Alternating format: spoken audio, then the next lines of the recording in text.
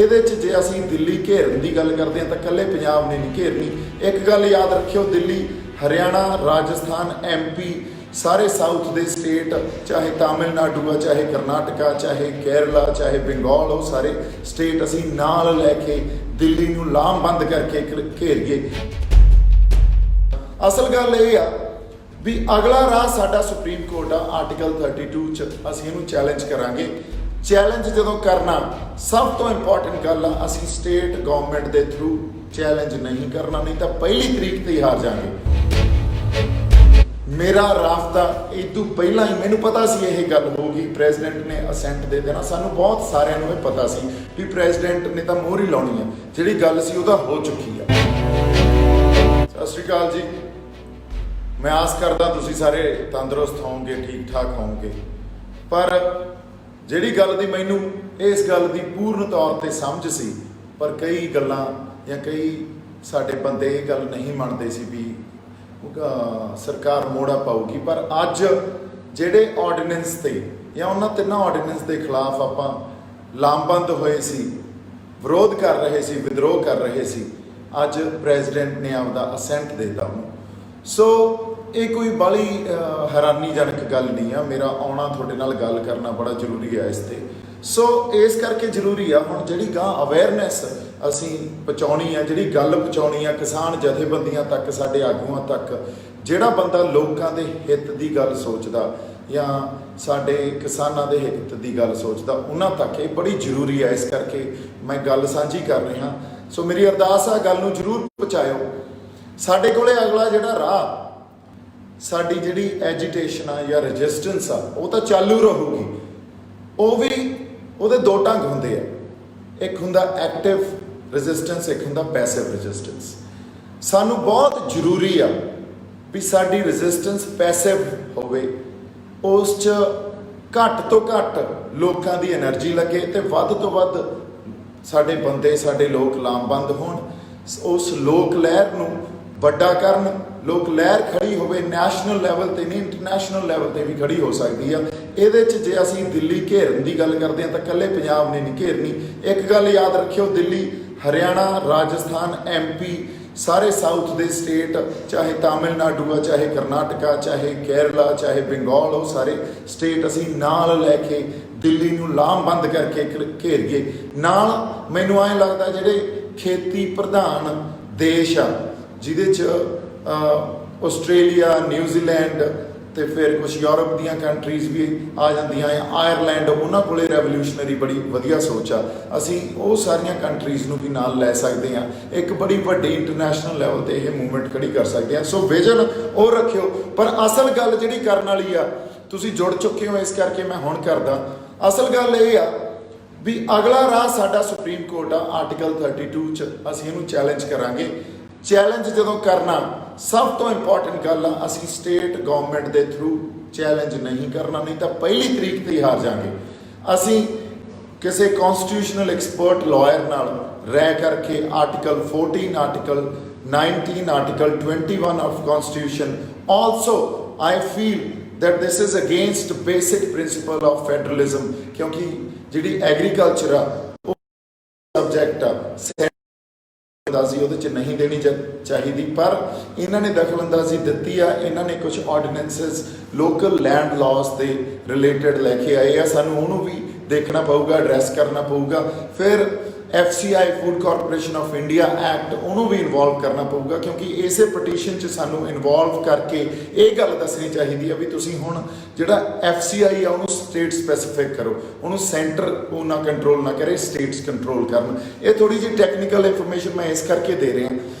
मेरा राफ्ता इदू पहला ही मैनू पता सी यह गल होगी, प्रेजिडेंट ने असेंट दे देना, सानू बहुत सारिਆਂ ਨੂੰ ਇਹ पता सी भी प्रेजिडेंट ने तो मोहर ही लाउणी है, जिहड़ी गल सी उहदा हो चुकी है। सो मैं पहला ही उत्थे कॉन्स्टिट्यूशनल एक्सपर्ट्स नाल गल करी बैठा, पहला ही उन्हां नाल राफ्ता बनाई बैठा। इहदा राह जिहड़ा एक लीगल राह वो की निकल सकदा, chief justice of supreme court दे कोले जाके या वो आपदे कोले रखण एक कॉन्स्टिट्यूशनल बेंच या वो रोस्टर किसी होर जज कोले चला जाए, क्योंकि इसे पटीशन च होर बहुत स्टेट्स ने आके या होर जथेबंदियां ने आके शामिल हो जाना। सो किसान जथेबंदियां नूं मेरी हथ जोड़ के बेनती आ ਬਹੁਤ ਜ਼ਰੂਰੀ ਆ ਵੀ ਅਸੀਂ ਸਰਕਾਰਾਂ ਦੇ ਨਾਲ ਮਿਲ ਕੇ ਇਹ ਲੜਾਈ ਨਾ ਲੜੀਏ, ਅਸੀਂ ਸੈਪਰੇਟ ਸੁਪਰੀਮ ਕੋਰਟ 'ਚ ਆਪਦੀ ਲੜਾਈ ਲੜੀਏ। ਜੇ ਸਰਕਾਰਾਂ ਦੇ ਨਾਲ ਮਿਲ ਕੇ ਲੜਾਂਗੇ, ਸਾਡੇ ਕੋਲ ਇਤਿਹਾਸ ਗਵਾਹ ਅਸੀਂ ਹਮੇਸ਼ਾ ਹੀ ਹਾਰਦੇ ਰਹੇ ਹਾਂ। ਪਹਿਲੀ ਤਰੀਕ ਤੇ ਮੈਨੂੰ ਨਹੀਂ ਲੱਗਦਾ ਇਹਨਾਂ ਨੇ ਪਹਿਲੀ ਤਰੀਕ ਤੇ ਹੀ ਧੋਖਾ ਦੇ ਜਾਣਾ। ਸੋ ਆਪਦੀ ਇੰਡੀਪੈਂਡੈਂਟ ਲੜਾਈ ਸੁਪਰੀਮ ਕੋਰਟ 'ਚ ਲੜਨੀ ਚਾਹੀਦੀ ਹੈ ਸਾਨੂੰ। ਹੋਰ ਵੀ ਜਿਹੜੇ ਸਟੇਟ ਕੋਲੇ ਕੁਝ ਲੋਕਲ ਲੈਂਡ ਲਾਜ਼ 'ਚ ਸਟ੍ਰਿਕਟ ਕਾਨੂੰਨ ਬਣਾਉਣ ਦੇ ਅਧਿਕਾਰ ਆ, ਉਹਦੇ ਲਈ ਵੀ ਸਾਨੂੰ ਮਿਲ ਕੇ ਸਿਰ ਜੋੜ ਕੇ ਬੈਠ ਕੇ ਗੱਲਬਾਤ ਕਰਨੀ ਚਾਹੀਦੀ ਆ। ਸੋ ਇਕੱਲਾ ਜੋਸ਼ ਨਹੀਂ, ਜਿਵੇਂ ਮੈਂ ਇੱਕ ਕਿਹਾ, ਸਾਡਾ ਵਿਰੋਧ ਜਾਰੀ ਰਹੂਗਾ। ਇੱਕ ਪੈਸੇ ਵਿੱਚ ਅਸੀਂ ਵਿਰੋਧ ਜਾਰੀ ਰੱਖਾਂਗੇ, ਜਿੱਥੇ ਲੋਕਾਂ ਦੀ ਘੱਟ ਤੋਂ ਘੱਟ એનર્ਜੀ, ਵੱਧ ਤੋਂ ਵੱਧ ਲੋਕਾਂ ਨੂੰ ਲਾਮਬੰਦ ਕਰਕੇ ਇੱਕ ਵੱਡਾ ਮੋਰਚਾ ਉਲੀਕਣਾ ਪੈਣਾ। ਉਲੀਕਾਂਗੇ, ਤੁਹਾਡੇ ਨਾਲ ਖੜੇ ਆ। ਹੁਣ ਇੰਡੀਅਨ ਸਟੇਟ ਨਾਲ ਲੜਨਾ, ਸੁਪਰੀਮ ਕੋਰਟ 'ਚ ਜਾ ਕੇ ਲੜਾਂਗੇ ਵੀ, ਇਹਨਾਂ ਨੂੰ ਲੜ ਕੇ ਵੀ ਦਿਖਾਵਾਂਗੇ ਉੱਥੇ ਵੀ ਅਸੀਂ ਲੀਗਲ ਫਾਈਟ ਕਿਵੇਂ ਲੜ ਸਕਦੇ ਹਾਂ। ਸੋ ਪਰ ਇਹਦੇ ਲਈ ਇੱਕ ਗੱਲ ਬਹੁਤ ਜ਼ਰੂਰੀ ਆ, ਸਾਡਾ ਏਕਾ, ਸਾਨੂੰ ਲਾਮਬੰਦ ਹੋਣਾ ਤੇ ਚੰਗੇ ਕਨਸਟੀਟਿਊਸ਼ਨਲ ਐਕਸਪਰਟਸ ਦੇ ਨਾਲ ਕੰਮ ਕਰਕੇ ਇਹਨੂੰ ਚੈਲੰਜ ਕਰਨਾ ਸੁਪਰੀਮ ਕੋਰਟ 'ਚ। ਤੇ ਹੋਰ ਬਹੁਤ ਸਾਰੀਆਂ ਜਥੇਬੰਦੀਆਂ, ਹੋਰ ਸਟੇਟਸ ਨੂੰ ਆਪਦੇ ਨਾਲ ਖੜਾ ਕਰਨਾ, ਜਿਹਦੇ 'ਚ ਕਿਸਾਨਾਂ ਦੇ ਹਿੱਤਾਂ ਦੀ ਗੱਲ ਹੋ ਸਕੇ, ਸਾਡੀਆਂ ਜ਼ਮੀਨਾਂ ਦੀ, ਸਾਡੇ ਲਾਈਵਲੀਹੁੱਡ ਦੀ ਗੱਲ ਹੋ ਸਕੇ, ਬੇਸਿਕ ਸਾਡੇ ਫੰਡਾਮੈਂਟਲ ਰਾਈਟਸ ਦੀ ਗੱਲ ਹੋ ਸਕੇ। ਸੋ ਬਹੁਤ ਸਾਰੀਆਂ ਚੀਜ਼ਾਂ ਆਉਣਗੀਆਂ। ਇਸ ਕਰਕੇ ਮਸਲਾ ਗੰਭੀਰ ਆ, ਗੰਭੀਰਤਾ ਨਾਲ ਹੀ ਵਿਚਾਰਿਆ ਜਾਣਾ ਚਾਹੀਦਾ। ਉਨੀ ਹੀ ਗੰਭੀਰਤਾ ਤੇ ਸਹਿਜਤਾ, ਸਰਲਤਾ ਨਾਲ ਸਾਨੂੰ ਅੱਗੇ ਲੈ ਕੇ ਜਾਣਾ ਪਊਗਾ। ਸੋ ਸਮਾਂ ਇਹ ਆ ਵੀ ਇੱਕ ਵਿਰੋਧ ਸ਼ੁਰੂ ਕੀਤਾ, ਅਸੀਂ ਉਹਨੂੰ ਡਾਇਵਰਟ ਨਹੀਂ ਹੋਣ ਦੇਣਾ, ਡਾਇਲਿਊਟ ਨਹੀਂ ਹੋਣ ਦੇਣਾ, ਕਿਉਂਕਿ ਇੱਥੋਂ ਹੀ ਲਹਿਰਾਂ ਵਿਗੜਦੀਆਂ ਹੁੰਦੀਆਂ। ਸਾਨੂੰ ਬਹੁਤ ਚੰਗੀ ਤਰ੍ਹਾਂ ਇਹ ਗੱਲ ਜਾਣਨੀ ਪਊਗੀ, ਪਤਾ ਕਰਨੀ ਪਊਗੀ ਵੀ ਕੱਢਣਾ ਕੀ ਆ ਤੇ ਕਿਸ ਮੌਕੇ ਤੇ ਜਾ ਕੇ ਕੱਢਣਾ। ਤੇ ਸਾਡੇ ਜਿਹੜੇ ਹੁਣ ਲੋਕ ਆ ਉਹ ਜਾਗ ਗਏ ਆ ਬਾਈ, ਉਹਨਾਂ ਦੀ ਜ਼ਮੀਰ ਜਾਗ ਗਈ ਆ, ਉਹਨਾਂ ਕੋਲੇ ਹਮੇਸ਼ਾ ਹੀ ਉਹ ਜਜ਼ਬਾ ਸੀਗਾ। ਮੈਂ ਹਮੇਸ਼ਾ ਕਹਿੰਦਾ ਹੁੰਦਾ ਸੀ, ਜਵਾਨਾਂ ਨੂੰ ਵੰਗਾਰੋ, ਸਾਡੇ ਨਾਲ ਖੜਨਗੇ। ਸੋ ਮੇਰੀ ਤੁਹਾਨੂੰ ਰਿਕੁਐਸਟ ਆ, ਸਾਡੀ ਲੜਾਈ ਇਸ ਸਿਸਟਮ ਦੇ ਨਾਲ ਜਿਹੜੀ ਅਸੀਂ ਵਿੱਢੀ ਆ, ਇਹਦੇ 'ਚ ਸਾਥ ਦਿਓ। ਇਸ ਮੇਰੇ ਮੈਸੇਜ ਨੂੰ ਕਿਸਾਨ ਜਥੇਬੰਦੀਆਂ ਤੱਕ ਪਹੁੰਚਾਇਓ ਵੀ ਅਸੀਂ ਸਰਕਾਰਾਂ ਦੇ ਨਾਲ ਲੜਾਈ ਨਹੀਂ ਲੜਨੀ, ਉਹਨਾਂ ਤੋਂ ਵੱਖ ਰਹਿ ਕੇ ਆਪਦੀ ਅਸਲ, ਜੇ ਅਸੀਂ ਕਿਸੇ ਮੁੱਦੇ ਤੇ ਆਉਣਾ, ਆਪਦੇ ਹੱਕ ਲੈਣੇ ਆ, ਤਾਂ ਉਹਨਾਂ ਤੋਂ ਵੱਖ ਰਹਿ ਕੇ ਇਹ ਲੜਾਈ ਲੜਨੀ ਪਊਗੀ। ਕਿਉਂਕਿ ਦੇਖੋ, ਜਦੋਂ ਇਹੋ ਜਿਹੇ ਆਟੋਕ੍ਰੈਟਿਕ laws ਪਾਸ ਹੁੰਦੇ ਆ ਜਾਂ ਇਹੋ ਜਿਹੀ ਲੈਜਿਸਲੇਸ਼ਨ ਬਣਦੀ ਆ, there are only few grounds in the Supreme Court also to challenge this legislation. So those grounds has to be very carefully watched, because Supreme Court ਕੋਲੇ ਜਾਣਾ, state of India ਉਹਦੇ ਨਾਲ ਲੜਨਾ, ਅਸੀਂ ਯੂਨੀਅਨ ਆਫ ਇੰਡੀਆ ਦੇ ਨਾਲ ਲੜਨਾ, ਇਹ ਕੋਈ ਖਾਲਾ ਜੀ ਦਾ ਵਾੜਾ ਨਹੀਂ ਆ। ਸੋ ਬਹੁਤ ਸਾਨੂੰ ਸਟੱਡੀ, ਬਹੁਤ ਸਟ੍ਰੈਟਜੀ ਤੇ ਬਹੁਤ ਕੇਅਰਫੁਲੀ ਇਸ ਗੱਲ ਨੂੰ ਵਿਚਾਰਨ ਦੀ ਜ਼ਰੂਰਤ ਆ। ਪਰ ਇੱਕ ਗੱਲ ਜ਼ਰੂਰ ਆ ਜਿਹੜੀ ਮੈਂ ਕਹੂੰਗਾ, ਆਪੋਜੀਸ਼ਨ ਹੈਜ਼ ਕੰਪਲੀਟਲੀ ਫੇਲਡ।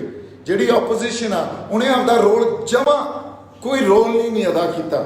ਇਹ ਗੱਲ ਮੈਂ ਬਿਲਕੁਲ ਕਹੂੰਗਾ, ਕਿਉਂਕਿ ਦੇਖੋ, ਡੈਮੋਕ੍ਰੇਸੀ ਦਾ ਇੱਕ ਹੋਰ ਰੂਲ ਆ, ਜਿਹੜੀ ਆਪੋਜੀਸ਼ਨ ਆ ਨਾ, ਉਹੀ ਚੈਕਸ ਐਂਡ ਬੈਲੈਂਸਿਸ ਲਾਉਂਦੀ ਆ, ਰੂਲਿੰਗ ਜਿਹੜੀ ਧਿਰ ਆ ਉਹਦੇ ਤੇ। ਸਾਡੇ ਕੋਲੇ ਤਾਂ ਆਪੋਜੀਸ਼ਨ ਵੀ ਹੈ ਨਹੀਂ। ਸੋ ਮੈਂ ਇਸੇ ਕਰਕੇ ਕਹਿਣਾ ਹੁੰਦਾ, ਸਾਨੂੰ ਸਾਡੀ ਆਵਾਜ਼ ਵਿਧਾਨ ਸਭਾ 'ਚ, ਸਾਨੂੰ ਸਾਡੀ ਆਵਾਜ਼ ਲੋਕ ਸਭਾ ਤੱਕ ਪਹੁੰਚਾਉਣੀ ਚਾਹੀਦੀ ਆ। ਜਾਗ ਜੀਏ, ਅਸੀਂ ਪੰਜਾਬ ਬਚਾਉਣਾ, ਲੋਕ ਬਚਾਉਣੇ ਆ, ਹੋਰ ਬਥੇਰੇ ਲੋਕਾਂ ਨੂੰ ਬਚਾਉਣਾ, ਬਥੇਰੇ ਮਸਲੇ ਆ ਸਾਡੇ ਕੋਲੇ, ਬਹੁਤ ਕੁਝ ਅਸੀਂ ਐਡਰੈਸ ਕਰਨਾ, ਬਹੁਤ ਚੀਜ਼ਾਂ ਨੂੰ ਸੰਬੋਧਨ ਕਰਨਾ। ਆਪਦੇ ਅੰਦਰ ਜਜ਼ਬੇ ਪਾਲੀ ਰੱਖਿਓ, ਜ਼ਮੀਰਾਂ ਜਗਾਈ ਰੱਖਿਓ। ਸੋ ਮੇਰੀ ਤੁਹਾਨੂੰ ਇਹੀ ਅਰਦਾਸ ਆ। ਮੇਰਾ ਰੂਬਰੂ ਹੋਣਾ ਇਸ ਕਰਕੇ ਬਣਦਾ ਸੀ ਕਿਉਂਕਿ ਪ੍ਰੈਜ਼ੀਡੈਂਟ ਨੇ ਆਪਦਾ ਅਸੈਂਟ ਦੇਤਾ। ਸੋ ਮੈਂ ਗੱਲਬਾਤ ਇਸ ਕਰਕੇ ਹੀ ਕਰਨੀ ਸੀ। ਕੱਲ ਆਪਣੇ ਰਣਜੀਤ ਨੇ, ਬਾਵੇ ਨੇ ਕੋਈ ਆਪਦੀ ਐਜੀਟੇਸ਼ਨ ਰੱਖੀ ਆ, ਉਹਨਾਂ ਨੇ ਕਿਹਾ ਹਾਂ ਆਓ ਜੀ, ਤੇ ਉੱਥੇ ਵੀ ਜ਼ਰੂਰ ਜਾਣਾ। ਐਂਡ ਸਰਦਾਰ ਭਗਤ ਸਿੰਘ ਦਾ ਜਨਮ ਦਿਨ ਆ ਕੱਲ, ਉਹਨਾਂ ਨੂੰ ਵੀ ਆਪਾਂ ਜਾ ਕੇ ਨਤਮਸਤਕ ਇਸ ਤਰ੍ਹਾਂ ਹੋਵਾਂਗੇ ਵੀ ਜਿਹੜੇ ਉਹਨਾਂ ਦੇ ਦੱਸੀਆਂ ਹੋਈਆਂ ਕੁਝ ਸੰਪੂਰਨ ਆਜ਼ਾਦੀ, ਇੱਕ ਸਵਰਾਜ, ਕੰਪਲੀਟ ਫਰੀਡਮ ਵਾਲੀ ਗੱਲ ਸੀ। ਜਾਂ ਉਹਨਾਂ ਨੇ ਇਹ ਗੱਲ ਕਹੀ ਸੀ ਵੀ ਪੁਰਾਣੀ ਕੋਈ ਵੀ ਇਹੋ ਜਿਹੀ ਰੀਤ, ਇਹੋ ਜਿਹੀ ਦਰਜਾ ਬਦਰਜੀ, ਇਹੋ ਜਿਹਾ ਸਿਸਟਮ ਜਿਹਦੇ ਲਈ ਲੋਕ ਸੰਤਾਪ ਭੋਗਦੇ ਆ ਰਹੇ ਆ, ਉਹਨੂੰ ਜੇ ਨਵਾਂ ਸਮਾਜ ਸਿਰਜਣਾ ਤਾਂ ਸ਼ਰੇਆਮ ਉਹਨੂੰ ਖੰਡਨ ਕਰੋ, ਉਹਦਾ ਵਿਰੋਧ ਕਰੋ, ਸਪਸ਼ਟਤਾ ਰੱਖੋ ਵੀ ਅਸੀਂ ਨਵਾਂ ਸਮਾਜ ਸਿਰਜਾਂਗੇ, ਨਵੀਂ ਕੋਈ ਗੱਲ ਕਰਾਂਗੇ। ਇਹ ਗੱਲਾਂ ਸਾਨੂੰ ਸਮਝਣੀਆਂ ਪੈਣੀਆਂ। ਹੁਣ ਇਹਨਾਂ ਗੱਲਾਂ ਤੇ ਆ ਕੇ ਹੀ ਕੋਈ ਨਾ ਕੋਈ ਹੱਲ ਨਿਕਲਣੇ ਆ। ਸੋ ਮੇਰੇ ਵੱਲੋਂ ਮੈਂ ਇਹ ਗੱਲ ਕਹਿ ਰਿਹਾ ਵੀ ਅਸੀਂ ਇਹਦੇ ਹੱਲ ਵੀ ਕੱਢ ਲਾਂਗੇ। ਇਹਨਾਂ ਨੇ ਤਾਂ ਕਾਨੂੰਨ ਬਣਾਉਣਾ ਹੀ ਸੀ, ਸਾਨੂੰ ਪਤਾ, ਸਾਡੇ ਕੋਲੇ ਹੱਲ ਵੀ ਹੈਗਾ, ਰਾਹ ਵੀ ਹੈਗੇ ਆ, ਪਰ ਉਹਦੇ ਲਈ ਸਾਡਾ ਲਾਮਬੰਦ ਹੋਣਾ, ਇੱਕ ਹੋਣਾ ਕਿਸਾਨ ਜਥੇਬੰਦੀਆਂ ਨੂੰ ਵੀ ਇਹ ਗੱਲ ਸਮਝਣੀ ਦੈਟ ਹੁਣ ਜਿਹੜੀ ਲੜਾਈ ਆ ਇਹ ਵੱਡੀ ਹੋ ਗਈ ਆ, ਲੜਾਈ ਸਾਨੂੰ ਹੋਰ ਜ਼ਿਆਦਾ ਲੰਬੀ ਹੋ ਗਈ ਆ ਤੇ ਇਹਦੇ ਲਈ ਸਟ੍ਰੈਟੇਜਾਈਜ਼ ਕਰਕੇ ਹੀ ਅੱਗੇ ਪੰਜਾਬੀ ਸਿਨੇਮਾ ਤੇ ਸੰਗੀਤ ਜਗਤ ਦੀ ਹੋਰ ਲੇਟੈਸਟ ਅਪਡੇਟਸ ਲਈ ਸਾਡਾ ਫੇਸਬੁੱਕ ਪੇਜ ਬਾਲੀਵੁੱਡ ਤੜਕਾ ਪੰਜਾਬੀ ਲਾਈਕ ਕਰੋ ਤੇ YouTube ਚੈਨਲ ਸਬਸਕ੍ਰਾਈਬ ਕਰੋ।